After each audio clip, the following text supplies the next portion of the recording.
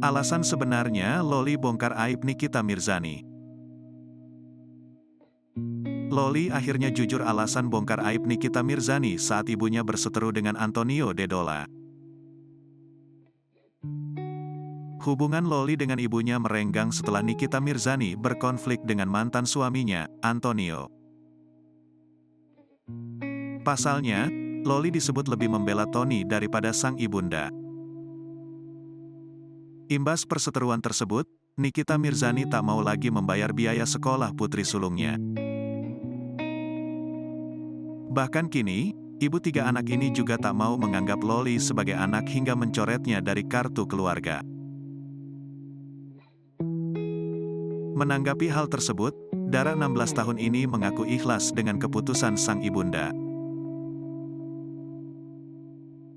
Meski begitu, dia sempat mengutarakan permintaan maaf atas perbuatannya dulu.